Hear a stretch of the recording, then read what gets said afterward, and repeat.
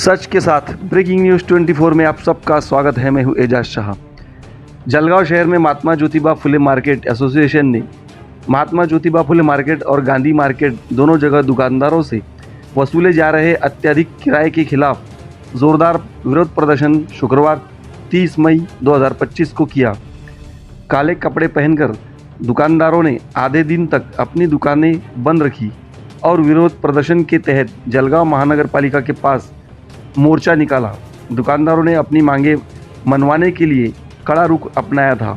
रशीद शेख के साथ शाह एजाज, सच के साथ breaking news 24। हमारे चैनल को सब्सक्राइब, लाइक, शेयर और कमेंट ज़रूर करें।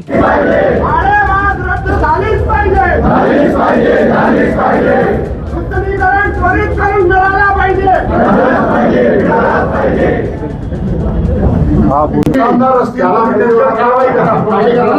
जे दुकानदार असतील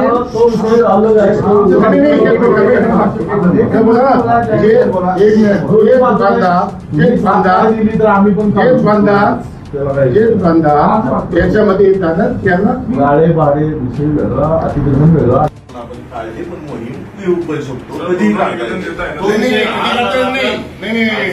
हे परमनंट पाहिजे आता.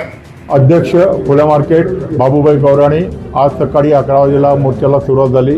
व्यवस्थित मोर्चा महानगरपालिकेत आलेला होता. साहेबांना निवेदन देण्यात आलं की जी भाडेवाढ तुम्ही रद्द करा, अवाजवी भाडेवाढ लावलेली तिला रद्द करा व आम्हाला योग्य मार्ग द्या.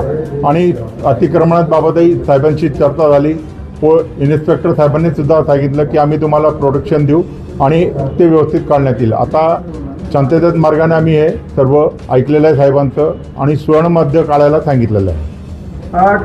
अजून काय आपल्या मागण्या होत्या आणि त्याबद्दल मार्केटमधलं सर्वात महत्त्वाचं जे आहे ते नूतनीकरण ते बऱ्याच वर्षापासून थांबलेलं आहे. त्याला व्यवस्थित करून द्या आम्हाला, जेणेकरून व्यवसाय करणं सोपं जाईल.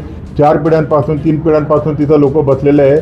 त्या वेळेला आम्ही 2,000 रुपये डिपॉझिट देऊन ते घेतलेलं आहे. आज त्या 2,000 रुपयाची किंमत 20 कोटी झाली असेल असं मला अंदाज आहे. प्रथम गेल्या 2012 पासून सगळे व्यापारी जे त्रस्त आहेत, व्यापार करण्याच्या दृष्टीने फार त्रस्त असल्यामुळे एवढ्या वर्षापासून काही त्याच्यातला तोडगा निघत नाही. आता 3-4 दिवस अगोदर वर्तमानपत्रातून जे बातमी आलेली होती 60% रेडी रेकनरच्या दराने, ते काही अविजाविक जे भाडेवाढ आहे ते व्यापाऱ्यांना भरणे योग्य होणार नाही. ते म्हणून आम्ही त्याचा एक निषेध म्हणून आंदोलन केलेलं आहे. त्या आयुक्तांना आम्ही ते निवेदन सगळ्या व्यापाऱ्यांच्या माध्यमातून देणार आहेत. हे वस्तुस्थिती आम्ही माननीय देवेंद्र फडणवीस साहेब, स्थानिक आमदार यांच्या माध्यमातून शासनाला कळवणार आहेत, जेणेकरून इथे गेल्या 30 ते 40-50 वर्षापासून जे व्यापारी व्यवसाय करीत आहेत त्यांचे जीवनावर उद्गार होण्याची पाळी येणार नाही असा आम्ही शासनाने कळवलेलं आहे. येणाऱ्या काळामध्ये आम्हाला हे सुवर्णमार्ग काढावे, जेणेकरून आम्ही तिथे योग्य रीतीने आम्ही कायमस्वरूपी व्यवसाय करू, ही आमची मागणी आहे.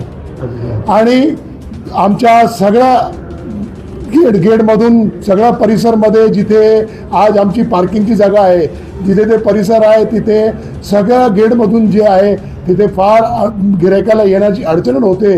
व्यापाराला व्यापार करण्याच्या दृष्टीने फार अडचणीचे आहे.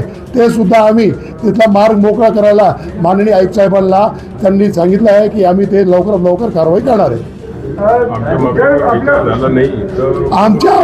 आमच्या मागण्यांवर विचार झाला नाही. येणाऱ्या काळामध्ये आम्ही बेमुदत दुकाने बंद करून इथे प्रशासनासमोर आत्मदहन करू, हे आम्ही सगळ्या व्यापाऱ्यांतर्फे लेखी निवेदन देण्यात आलेलं आहे.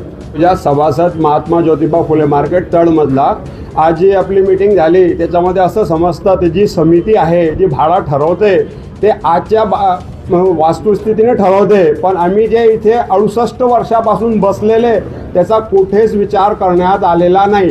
जे जुने भाडेकरी आहे त्यांच्या त्या बाबतीत कोणतीच सवलत तिथे दिलेली नाही आणि आजचा बाजार काय भाव आहे ते सांगितलं जात आहे, ते एकदम चुकीचं आहे. समजा आता जुने जे 1957 पासून जे भाडेकरी असतील त्यांचा भाडा तर तो कमीच राहणार आहे. तो तुम्ही आजचा भाडा समजवताय तो व्हायला नको. त्याच्यात एक सुवर्णमध्य निघायला पाहिजे.